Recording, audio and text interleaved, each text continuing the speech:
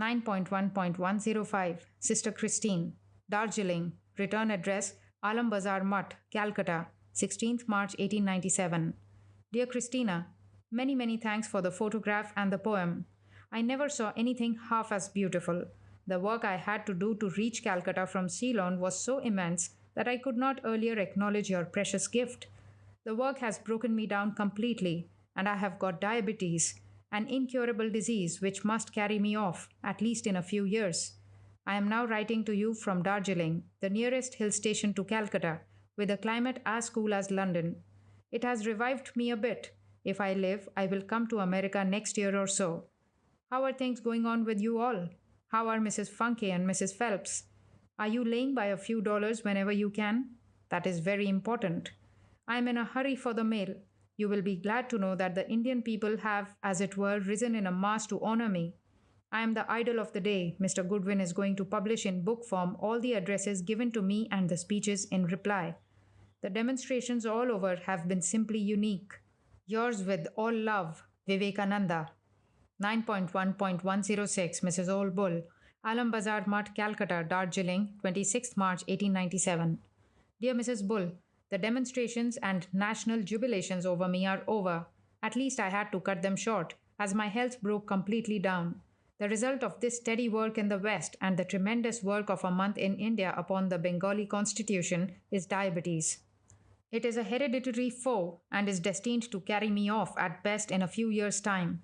Eating only meat and drinking no water seems to be the only way to prolong life, and above all, perfect rest for the brain. I am giving my brain the needed rest in Darjeeling, from where I am writing you now. I am so glad to hear about Saradananda's success. Give him my best love and do not allow him to do too much work. The Bengali body is not the same as the American. Mr. Chatterjee Mohini came to see me in Calcutta and he was very friendly.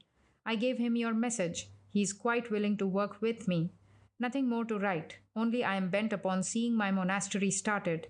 And as soon as that is done, I come to America once more. By the by, I will send to you a young lady from England, one Gertrude Orchard. She has been a governess, but she has talent in art, etc., and I wished her to try her chance in America. I will give her a letter to you and Mrs. Florence Adams. With my love to Mrs. Adams, Miss Thursby, Miss Farmer, the noble sister, and all the rest of our friends, with eternal love and gratitude, yours affectionately, Vivekananda. 9.1.107 Pandit Ram Ram Samjami, Darjeeling, April 1897. Dear Ram Ram, I received your first letter in Calcutta. I was busy there, and so it seems that I forgot to reply. You have deplored this in your letter, but that is not right. I do not forget anyone, especially those who have received grace from him. While I was in England, I received your Avadhuta Gita.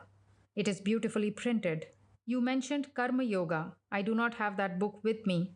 It was printed in Madras. If there are any copies at the Mutt, I shall ask them to send one to you. I have been very sick, so right now I am staying at Darjeeling. As soon as I feel better, I shall return to Calcutta. Please accept my special love. I pray for your welfare always. Yours, etc., Vivekananda. 9.1.108 Sister Nivedita, Darjeeling, 3rd April 1897. Dear Miss Noble, I have just found a bit of important work for you to do on behalf of the downtrodden masses of India. The gentleman I take the liberty of introducing to you is in England on behalf of the Tias, a plebeian caste in the native state of Malabar.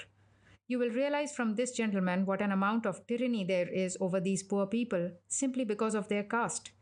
The Indian government has refused to interfere on grounds of non-interference in the internal administration of a native state.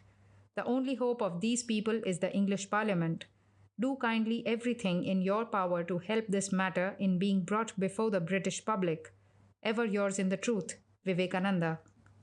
9.1.109 Lala Badri Sa, Darjeeling, 7th April 97. Dear Lalaji, just received your kind invitation through telegram. Perhaps you have already heard that I have been attacked by diabetes, a fell disease. That unsettled all our plans, and I had to run up to Darjeeling, it being very cool and very good for the disease.